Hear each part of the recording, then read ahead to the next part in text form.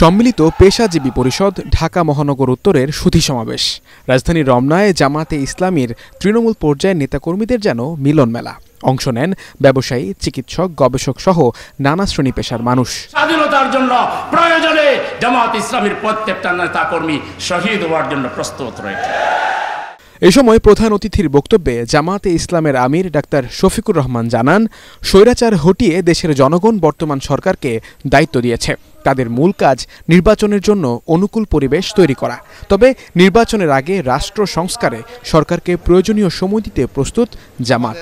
আমাদের আকাশ এখনো কালো মেঘ মুক্ত হয়নি। বাংলাদেশের মানুষকে হয়তো আরো অনেক ত্যাগ স্বীকার করতে হবে। বর্তমানে যে সরকার আছে, জনগণই তাদেরকে এই দায়িত্ব দিয়েছে। তাদের মূল কাজ হচ্ছে রাষ্ট্রের যে বিশাল ধ্বংস সাধন করা হয়েছে, প্রাতিষ্ঠানিক জায়গাগুলোকে এলোমেলো করে দেওয়া হয়েছে, সর্বনাশ করে দেওয়া হয়েছে। দ্রুততম সময়ের ভিতরে তারা এগুলাকে পুনর্বিন্যাস করবেন।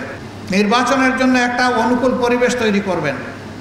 যখনই অনুকূল পরিবেশ তৈরি হয়ে যাবে, তখন একটি অর্থবহ, গ্রহণযোগ্য, সুষ্ঠু নির্বাচন জাতিকে উপহার দিয়ে তারা আবার তাদের স্ব কর্তব্যের জায়গায় চলে যাবে।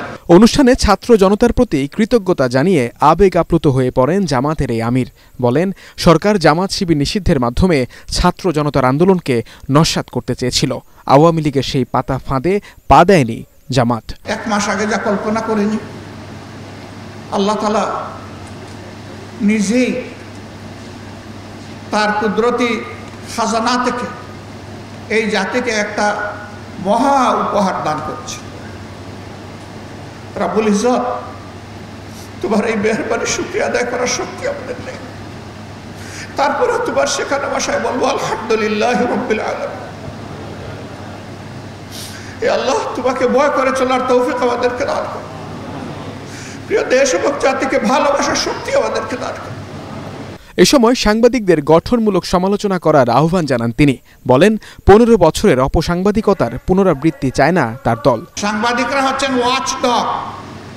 তারা উপর থেকে সবকিছু দেখার চেষ্টা করেন। গত 15 বছর, 15.5 বছর মাসহারুল হক মুহাজির, এটিএন বাংলা, ঢাকা। দায়িত্ব পালন করতে পারেননি।